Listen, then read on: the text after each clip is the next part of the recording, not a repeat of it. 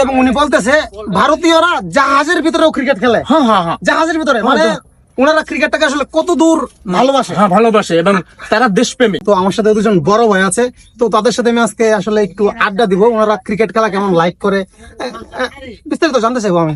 আসসালামু আলাইকুম। ওয়ালাইকুম আসসালাম। নাম কি ভাইয়া? আমার নাম মোহাম্মদ আলতাফ হোসেন। আচ্ছা, মোহাম্মদ আলতাফ ভাই, বাড়ি কোথায় আপনার? আমার বাড়ি মোংলায়। মোংলা? জি। আচ্ছা আচ্ছা, অনেক দূর এখান থেকে। হ্যাঁ অনেক দূর। আচ্ছা, ওকে। দ্বিতীয় সামুদ্রিক বন্দর। হ্যাঁ, দ্বিতীয় সামুদ্রিক বন্দর। তো আমাদের সাথে আছে আলতাফ ভাই এবং এদিকে আছে বড় ভাই। আপনার নাম কি? আমার নাম সৈয়দ জাহিদুল আলম। আচ্ছা, জাহেদুল আলম ভাই। তো ভাই আপনার বাড়ি কোথায়? চট্টগ্রাম হাটহাজারী থানায়। আচ্ছা, চট্টগ্রাম হাটহাজারী থানা। জি, জি, একজন চিটাগাং এবং একজন মোংলা আপনার বাড়ি। জি জি। আচ্ছা, ওকে। তো ক্রিকেট খেলা কি দেখা হয়? হ্যাঁ, ক্রিকেট খেলা দেখি। দেখেন। এবং আপনি? মাঝে মাঝে দেখি। আচ্ছা, মাঝে মধ্যে। তো উনি মাঝে মধ্যে দেখে এবং উনি মনে হয় ফুল দেখে। হ্যাঁ দেখি। আচ্ছা, ওকে। তো বাংলাদেশের কোন ক্রিকেটারের খেলা আপনার কাছে ভালো লাগে? বাংলাদেশে ক্রিকেট ভালো লাগে এবং ইন্ডিয়া ভালো লাগে। আমি দেখছি ইন্ডিয়ার আপনার যে জাহাজ আসে প্রতিটা বন্দরে, আচ্ছা। তারা ওই জাহাজের পূর্ণ খালাস করে মাল, ওই যে হ্যাজ আছে না, হ্যাজের ভিতরেও খেলে। তাদের একটা মন মানসিকতা থাকে, তাদের উৎসাহ তো আছে খেলার জন্য। আচ্ছা, এক মিনিট আলতাফ ভাই, আপনি বললেন যে ইন্ডিয়ার মানুষ জাহাজের ভিতরেও। আচ্ছা, আপনি কি করেন?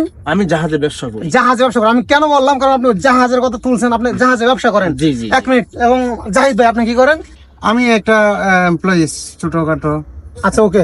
তো এই ভাইয়া জাহাজে আপনি আমি আছেন। জাহাজে ব্যবসা করি। যখন মাল লোড দিয়ে আসে, আসার পরে হ্যাজ থেকে মাল যখন ডিসচার্জিং হয়ে যায়, হ্যাজটা খালি হয়ে যায়, ওই হ্যাজটার ভিতরে তারা এই দু মন মানসিকতা নিয়ে রাখে যে তারা ওই হ্যাজে বই খেলে। আচ্ছা, এক মিনিট, আমি এখানে আপনাকে স্টপ রাখলাম। উনি বলতে চাচ্ছে যে, এবং উনি বলতেছে ভারতীয়রা জাহাজের ভিতরেও ক্রিকেট খেলে।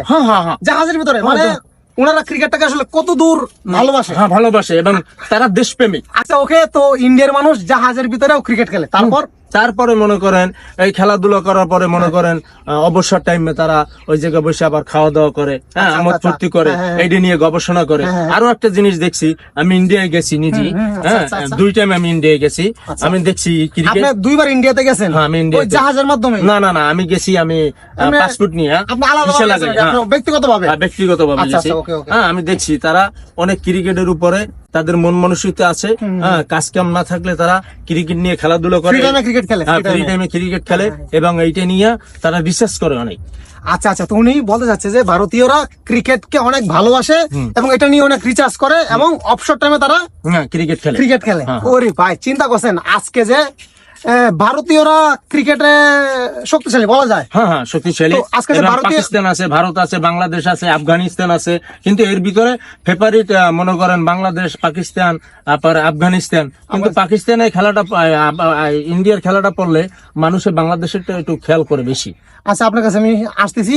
তবে ওনার কথা আমি যতটুকু বুঝতে পারলাম, আমি তো আসলে সরাসরি যাই নাই, ইন্ডিয়ার সাথে মিশি নাই, ইন্ডিয়ার মানুষের সাথে ইন্ডিয়াতেও যাই নাই, দেখিনি। কিন্তু ওই ভাই অনেকবার 2 বার ইন্ডিয়াতে গেছে এবং উনি জাহাজে ব্যবসা করে এবং ওনার সাথে মনে হয় ইন্ডিয়ান আছে অবশ্যই। হ্যাঁ, আমার সাথে অ্যাড আছে। আমি ব্যবসায়িক ভাবে অ্যাড আছে। আমি কথা বলি এবং আফগানিস্তানও ভালো খেলে। হ্যাঁ, মুসলমান রাষ্ট্র, খুব ভালো খেলে। বাংলাদেশও মুসলমান রাষ্ট্র, বাংলাদেশও অত্যন্ত ভালো খেলে ক্রিকেট। আগের চেয়ে তুলনায় অনেক ভালো খেলে। ইনশাল্লাহ বাংলাদেশে এগিয়ে যাবে।